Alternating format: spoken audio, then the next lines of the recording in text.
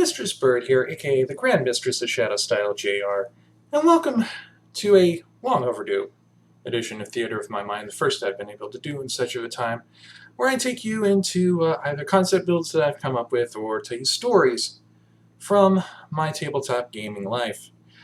Now, most of this series has admittedly had a D&D 5e orientation to it. All of the concept builds that I've done have been in 5e, and a lot of the stories that I've told have also been 5e related.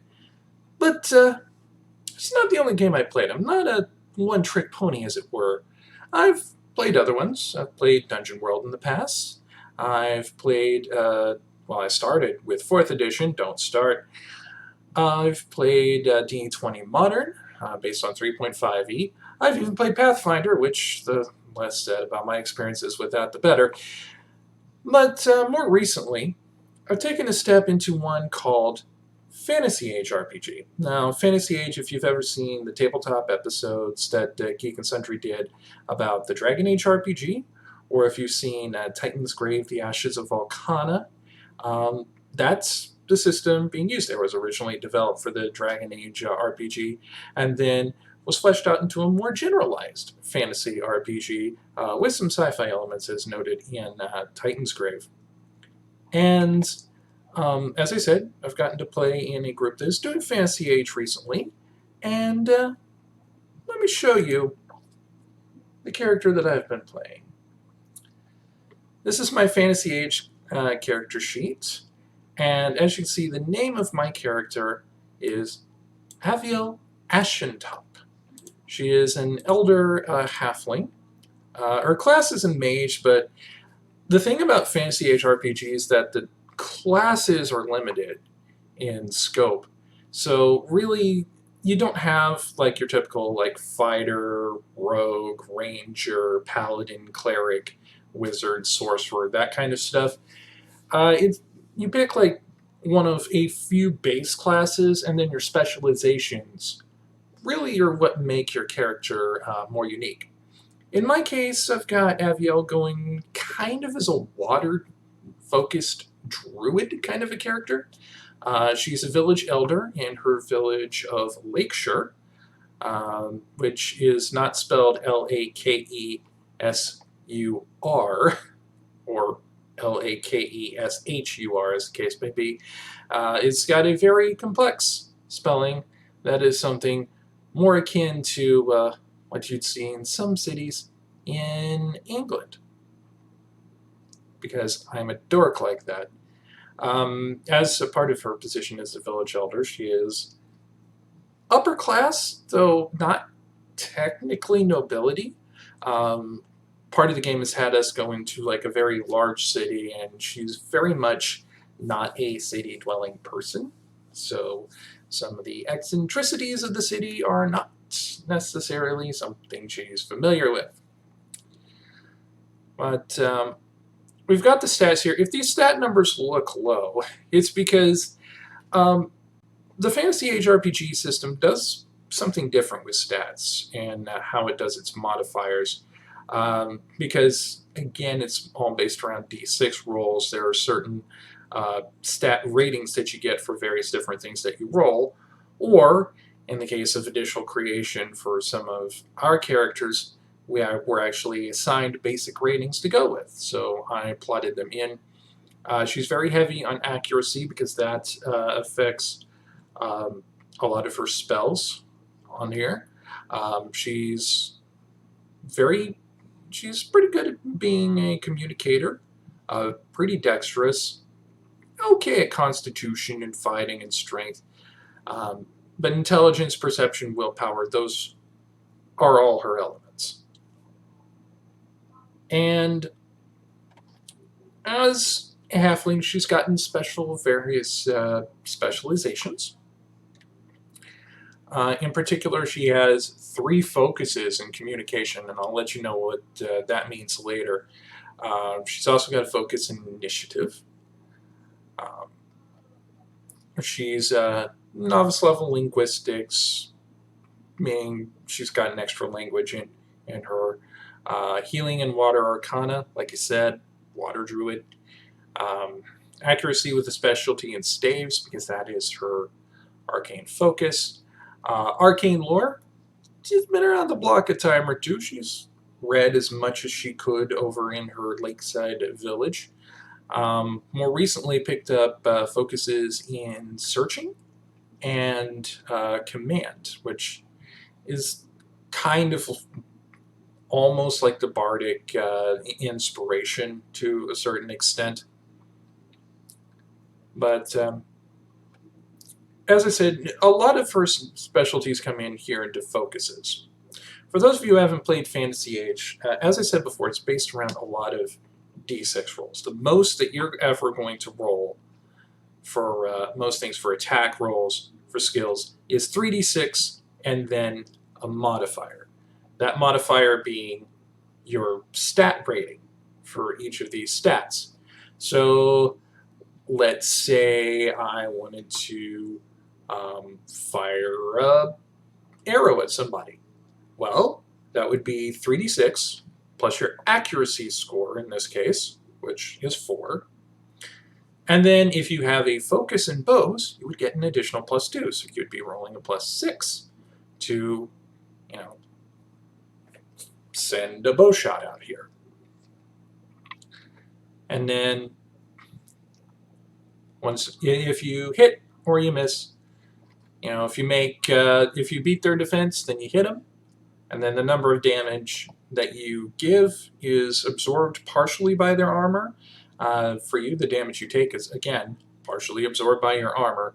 So in my case, if someone were to roll a 14 or higher, they would hit Aviel, and then whatever damage they did would be lessened by 3. Now you may notice here under the specifics on the armor type, there's this called Strain, and this kind of goes into her class being a mage. So I'm going to go down here to her spells and show you what we've got here. She has a basic Arcane Blast, which is just your mage's cantrip, for lack of a better phrase. It's a thing that they can fire off no matter how many magic points that they have to use. It does work on an MP system, not too different from if you've ever played like a Final Fantasy game or Chrono Trigger, and magic has MP costs. Similar thing in the Fantasy Age system. The cost for the spells that you're seeing here are actually not their real cost for the spells. Like Healing Touch, for instance. According to the book, its cost is 1 to 3 magic points, so that every time you cast it, depending on how strongly you want to catch it, you either burn 1, 2, or 3 magic points. But I have Strain 1. Mages don't normally wear armor, and depending on the kind of armor that they do wear, if they decide to wear armor, then they might take some strain. Which means everything costs 1 magic point higher. Or if you're wearing medium, it basically makes everything cost more to cast, because it's more difficult to cast if you're wearing heavier stuff. Think of it much like how the armor proficiencies would work in 5e. Most mages, they're proficient in, at best, no armor. So if they wear armor, they might have more difficulty casting, especially if your DM enforces spell failure percentages. Of course, you can probably take proficiencies and stuff to kind of counterbalance that. But here it's just straight up. It is what it is. So for Healing Touch, to just basic cast it for 1d6 worth of healing, it cost me 2 MP instead of 1. If I wanted to do 3d6, it cost me 4 MP. So it makes things a little more costly for me to wear armor. But at the same time, I have damage absorption. I don't take full hits whenever I'm hit. So if something were to hit me for a lot of damage, it's at least mitigated to some degree.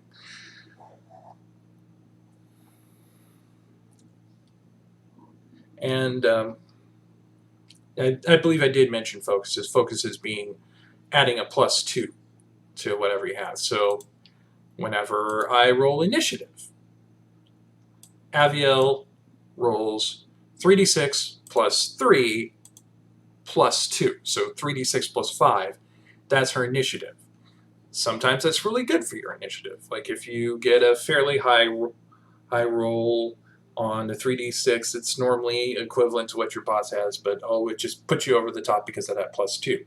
That's a great thing. Alternatively, it can mean absolutely nothing if you roll triple ones.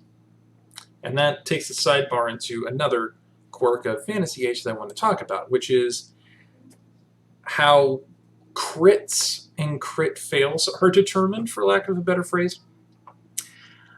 For one thing, if you roll doubles on a die roll, so say Aviel goes to whack somebody with her quarterstaff, and she rolls 5, 5, 2. That's 12. That's 12 plus 6, 18 to hit.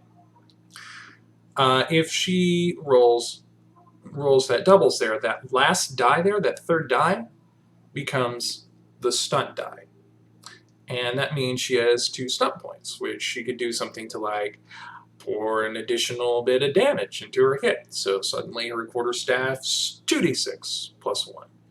And the higher that stunt die is, the more crazy stuff that you can do, including like damn near making your shots one hit by just pumping dice into it, or in the case of casting spells, there's actually a stunt where if you have like 4 stunt points, I believe it is off the top of my head, you can get one cast off as like a major action, and then you can immediately cast another spell, whether it's a major or a minor action. Think standard action and bonus action.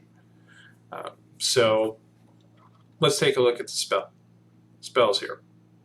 Let's say I'm rolling to do an Arcane Spring on there, which basically just creates like a flood of water determined by my willpower, which I believe with my water focus is like 5 gallons worth of water that I can send out like a tidal wave. If I roll a stunt when I'm trying to roll this target number to make sure I'm able to successfully cast it, then what happens is, let's say I roll 664 on that. So that succeeds my target number of 10 there. So I managed to get the cast off, and then I have those 4 stunt points. I can use that, like I said before, for instance, to quickly get off another spell. So say I'm wanting to trip some people up with the Arcane Spring, but there's also somebody nearby me that's dying. If I do that quicken spell, what I can do then is that I can roll again to try and revive them with basically a bonus major action. Or, alternatively, what you could do is, if you've already, like, say, used a major to healing touch somebody, you've already moved, you've got your minor left, you hit that stunt on an Arcane Blast. Then what you can do is you can just select that to cast another spell and just fire off another Arcane Blast. I've done that before, and it's killed a monster. Because sometimes maybe you don't want to add more damage onto your thing, because if you roll one more die, you might just like roll a 1 and it doesn't add much anything. But you can cast another spell and then roll the basic damage for that and do another hit. Or you can take a big old weapon that's got like 2d6 worth of damage on it. If you've got a weapon that's burly, and you can do another strike with it. And if you hit, you do 2d6 more damage. But if you manage to roll triples on your dice, well, if you manage to roll triples with 2, 3, 4, and 5, that's basically just a stunt. If you manage to roll triple sixes, then in the course of the game, what this basically is a action that will go into lore as something epically heroic and awesome. Conversely, if you roll triple ones, this will be something that will be known as a cautionary tale for ages to come. An example of this from the most recent session that we played. We were going through a basement maze recently to try and get in and assassinate a lord in this big old city. And Aviel is leading the charge. She accidentally trips a trap that is a bunch of spears with some kind of toxin on them. But when I rolled my constitution roll, it was triple sixes. What this basically allowed was, not only did I not get poisoned from it, I knew how to neutralize it. And I have been promised that if I manage to survive the encounter on the whole, I may also get like a focus to toxin resistance.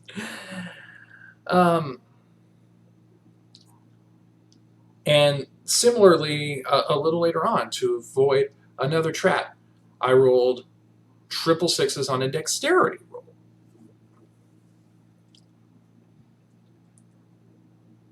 Oh, no, it was for stealth, to try and avoid being detected into a room. I rolled triple sixes on a stealth roll. Again, this means basically at some point in her life, she's been trained by ninjas.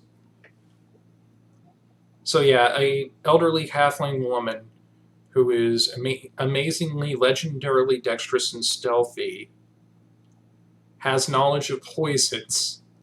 I swear to you, I did not intend to make Rosie Beestinger, but apparently I've made Rosie Beestinger, and if you've ever played seen Acquisitions Inc., the C Team, you know who I'm referring to. Or played Idle Champions of the Forgotten Realms, that too.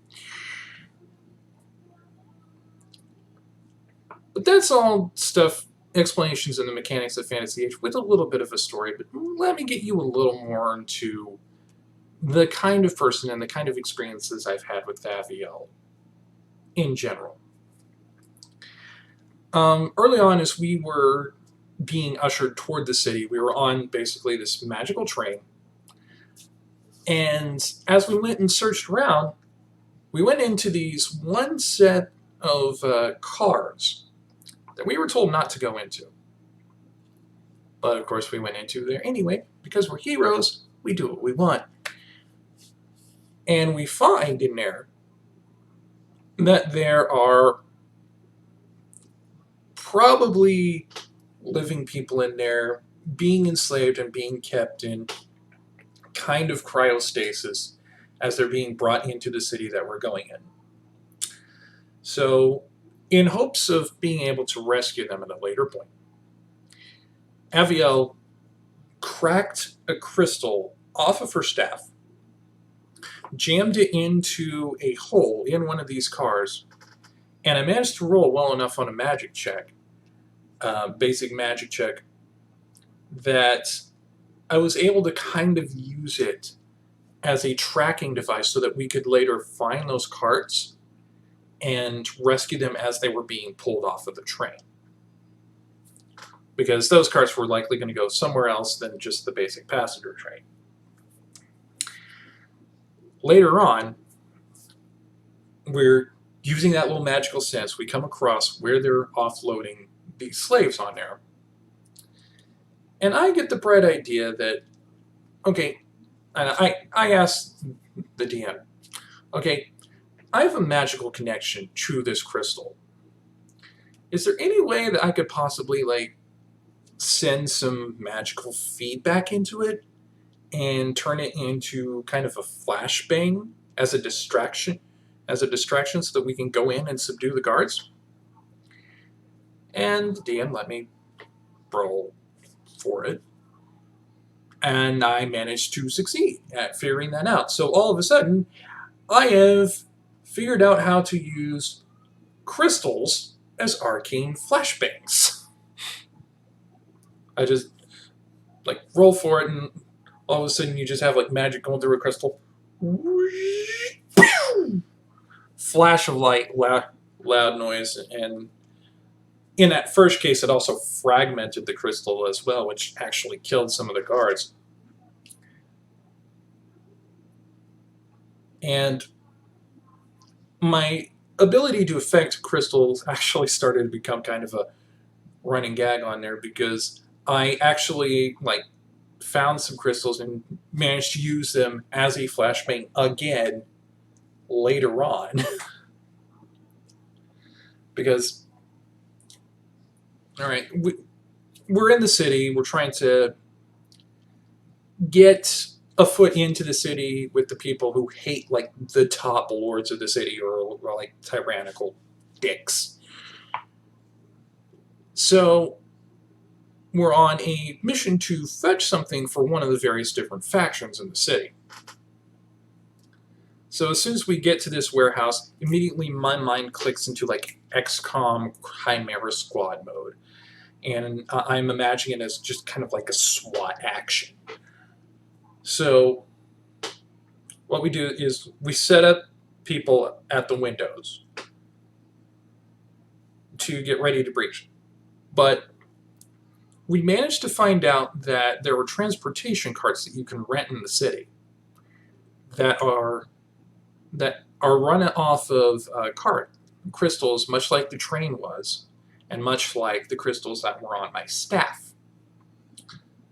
So what I did was we managed to kind of overcharge the crystals while they were on idle, and put our big half ogre, dwarf ogre is what they call themselves, but like big old orc, big guy fighter onto the cart. And then when we got ready to breach, we just threw the thing right straight through the front door with our work on it. Just went boom. And I think the DM did the math on it, and I think what they figured out was that it crashed in with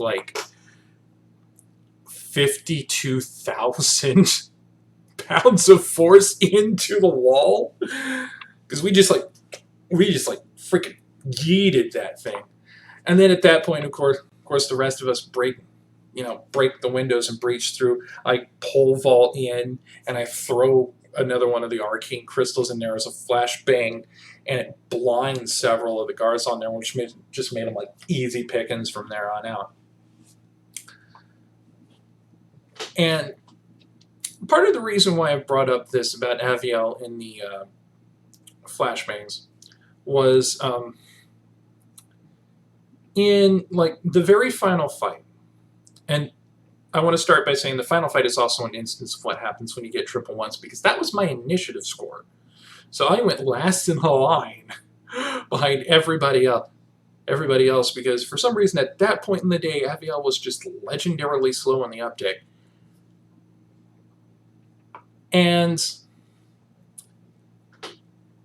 one of the things that good DMs kind of do is they look at what their players are doing, and then they figure out how to steal it.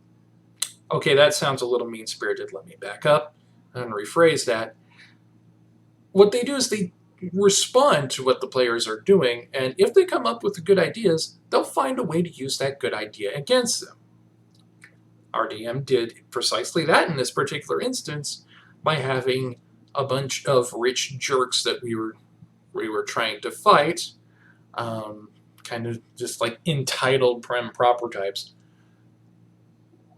use Arcane Flashbangs. I would like to reiterate that these enemies that we're facing up against are very, very rich, which means they have a lot of money, which means they have a lot of resources and time to be able to research this and probably figure out, storyline-wise, how to use crystals as grenades long before my character did. Because my character's basically just a halfling grandma on vacation, for lack of a better phrase. Her village said, you know what, you deserve some time to go off, go to the city, learn some new stuff, come back here, we'll be okay while you're gone. So my halfling grandma figures this out on her vacation in like about the space of a few hours. These are rich people who have the time, money, and resources and have probably known how to do this for a lot longer. But they keep failing. Although, to be fair, the reason why they failed is because we kept making our saves to not be blinded by them. And they kept blinding themselves because, unlike my character who had the sense to not throw it in the middle of where her allies are so as not to accidentally get them, they're rich idiots. And they didn't think of that.